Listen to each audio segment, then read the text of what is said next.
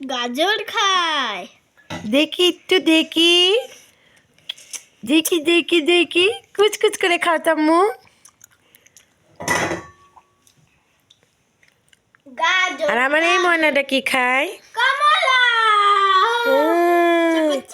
তুমি নামাজ পড়ে আসছো আব্বু? হ্যাঁ হ্যাঁ। বাহ, মসজিদে যায় নামাজ পড়ে আমার আব্বুটা। মাশাল্লাহ মাশাল্লাহ। তুই মুখে কি ভরছে মুসো? কমলা। ও, মুসো মুসো। আর এ আম্মুটা কি খাচ্ছে? গাজর। বাহ বাহ বাহ বাহ বাহ। গাজর মাত্র 4টা দাঁত উঠেছে, এই 4টা দাঁত দিয়ে উনি গাজর খাচ্ছে। বাহ, মাশাল্লাহ মাশাল্লাহ। হুম হুম হুম। আল্লাহ আল্লাহ বলো। আল্লাহ। আম্মু আল্লাহ বলো তো। রিদিশা আল্লাহ আল্লাহ আল্লাহ। খাওয়াতে মগ্ন। আল্লাহ জিকির করো, মুহাম্মদ গল্প পড়ো।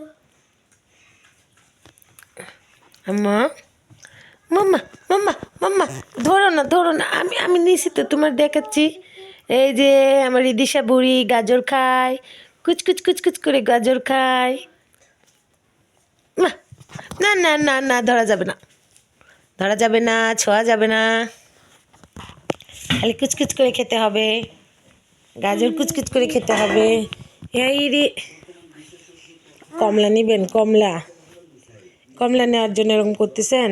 নেন, এই যে কমলা, এই যে কমলা নিবেন। বাবা বাবা, আম্মা যান, রিদিশা মা,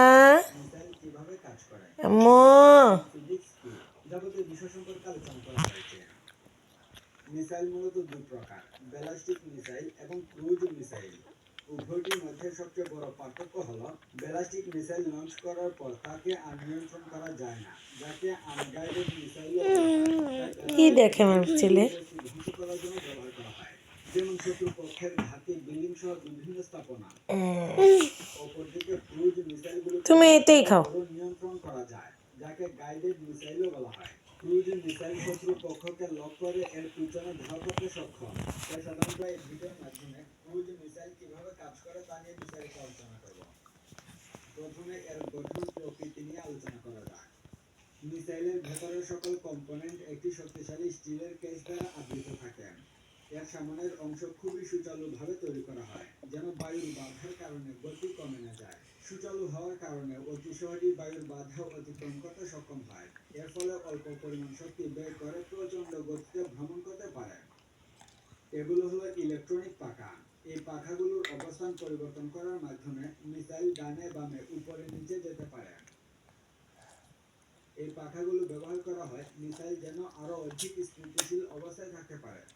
এগুলো মিসাইলের বডির সাথে ফিক্সড অবস্থায় যুক্ত থাকে এবং সবচেয়ে পিছনে রয়েছে নজল। আসুন মিসাইলের ভেতরটা একবার দেখে নেওয়া যাক এবং এর প্রতিটি অংশকে অন্বেষণ